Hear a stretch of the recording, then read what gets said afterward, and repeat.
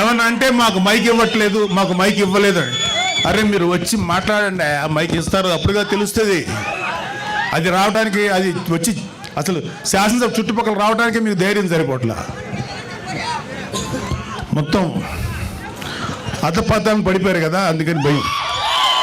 రండి, మీరు అధపాతాలో ఉన్నారు కదా, అక్కడి నుంచి మాట్లాడండి, కనీసం వినపడద్దు మాకు. ఇంకోటి, ఒకే ఒక వైసీపీ నాయకులు ఇంక్లూడింగ్ పెద్దిరెడ్డి రామచంద్రారెడ్డి ఎవరెవరి ఆస్తులైతే అడ్డగోలుగా కబ్జా చేశారో ఇవన్నీ కూడా బయటకు తీస్తాం. చాలామంది మన కార్యకర్తలు, కూటమి కార్యకర్తలందరికీ ఒక అసంతృప్తి ఉంది, వీళ్ళ మీద ఎవరి మీద చర్య తీసుకోలేదని. అందరి మీద చక్కగా చర్య తీసుకుంటాం. వచ్చి 8 నెలలు అయింది. ముందు ఈ 8 నెలలు 1 ఇయర్లో ప్రజల సంక్షేమం ముఖ్యం, వీళ్ళ మీద పగ తీర్చుకోవటం ముఖ్యం కాదు. అయితే వీళ్ళ యొక్క క్రైమ్ని ముందు చెప్పడం కంటే కూడా ప్రజల వెల్ఫేర్ కోసం ముందు వచ్చాం కాబట్టి ముందు ఆ జాగ్రత్తలు తీసుకుంటున్నాం. ఈవెంచువల్గా జగన్ రెడ్డితో సహా, పెద్దిరెడ్డి రామచంద్రారెడ్డితో సహా అందరి మీద, మన కాకినాడ ద్వారంపూడితో సహా ప్రతి వాళ్ళ మీద చర్యలు తీసుకుంటాం. ఎవ్వడు లా నుంచి తప్పించుకోలేడు, చట్టం నుంచి ఎవ్వడు తప్పించుకోలేడు.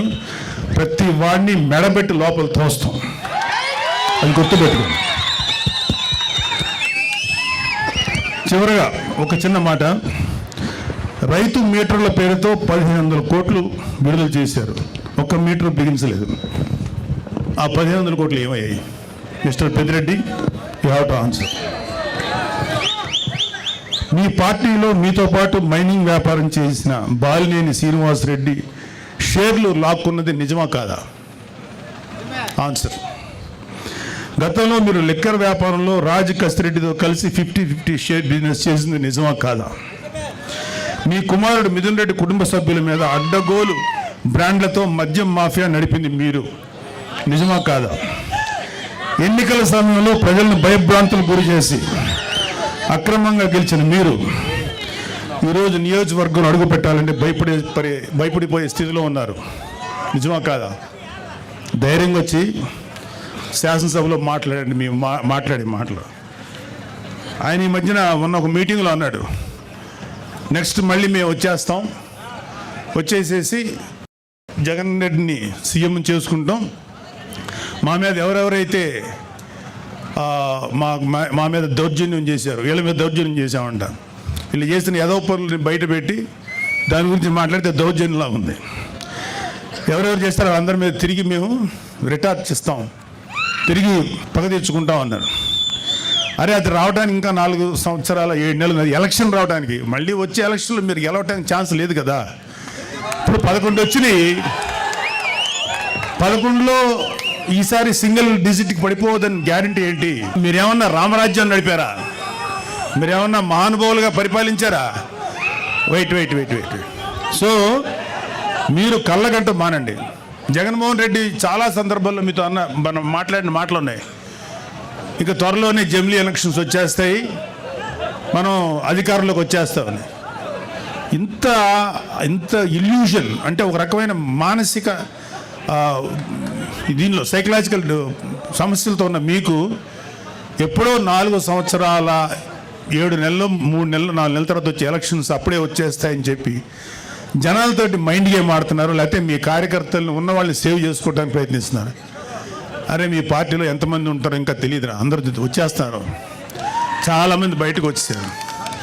మీరు రైట్ హ్యాండ్ అని పేరు పెట్టిన విజయసాయిరెడ్డి బయటకు వచ్చేసాడు, మిగతా వాళ్ళు రావడం పెద్ద లెక్కేం కాదు. 22 లక్షల మంది ప్రజలు 11 మంది ఎమ్మెల్యేలు ఎన్నుకుంటే ఆ 22-25 లక్షల ప్రజల గొంతుకుని శాసనసభలో వినిపించలేని మీరు వచ్చే ఎలక్షన్లో గెలిచి ప్రజలకు ఏదో చేస్తారని చెప్పి భ్రమలో ఎవరు లేరు, గుర్తుపెట్టుకోండి. మీకు అందరికీ కూడా ఇంకొక 1 year 2 years లోపల అందరికీ మీ నేరాలకి, మీరు చేసిన అక్రమాలకి ఆన్సర్ చెప్పుకోవాలి. అలాగే కలిగిరి సభలో పెద్దిరెడ్డి రామచంద్రారెడ్డి గారి గురించి, అంటే ఈయన మాఫియా గురించి మోడీ గారు ఏమన్నారంటే, ఈ మైనింగ్ మాఫియా, ఎర్రచందనం మాఫియా వీళ్ళందరినీ తుంగలోకి తొక్కుతానని చెప్పారు. మోడీ గారు ఇంకా ఏం అనలేదు, మాకేం కాదని అని మీరేం సంతోషపడకండి. మీ నెత్తి మీద కత్తి ఏలాడుతుంది విత్ దారం సపోర్ట్తో. ఆ దారం ఎప్పుడైనా తెగుద్ది, అది మీ నెత్తి మీద గుచ్చుకుంటుంది, గుర్తుపెట్టుకోండి. కాబట్టి ఇది మన వేణుగోపాల్ రెడ్డి గారు మీతో మాట్లాడడానికి ఒక మంచి అవకాశం కల్పించినందుకు చాలా సంతోషం.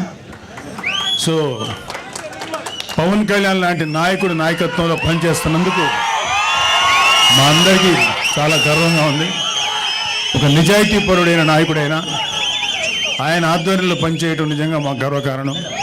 మాకు ఏ పదవుల మీద ఏ అధికారాల మీద ఆశ లేదు. నిజాయితీగా పవన్ కళ్యాణ్ గారి యొక్క ఆశయాల మేరకు మేము పనిచేస్తున్నాం. సో మనందరం కూడా మన భవిష్యత్తు ఇంకా బ్రైట్ చేసుకోవడం కోసం, అద్భుతంగా చేసుకోవడం కోసం పనిచేద్దాం. ఇప్పుడు మీరు చాలా మాటలు విన్నారు, ఎన్ని చెప్పాను నేను. వెల్ఫేర్ కార్యక్రమాలు, ఇంకా చాలా కార్యక్రమాలు ముందుకు వస్తాయి. మన విలేజెస్ రోడ్లు ఎంత పాడైపోయాయో మీ అందరికీ తెలుసు. ఆ రోడ్లు పవన్ కళ్యాణ్ గారు ఎలా బాగు చేస్తున్నారో తెలుసు.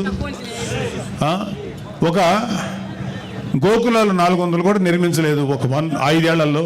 వచ్చిన 6 నెలల లోపల దాదాపు 11,000 గోకులాలు, ఇంకో 11,000 గోకులాలు తయారీలు ఉన్నాయి. అసలు పంచాయతీరాజ్ శాఖగా చేశాడు ఆయన పెద్దిరెడ్డి రామచంద్రారెడ్డి. అటవీ శాఖ మినిస్టర్గా చేశారు.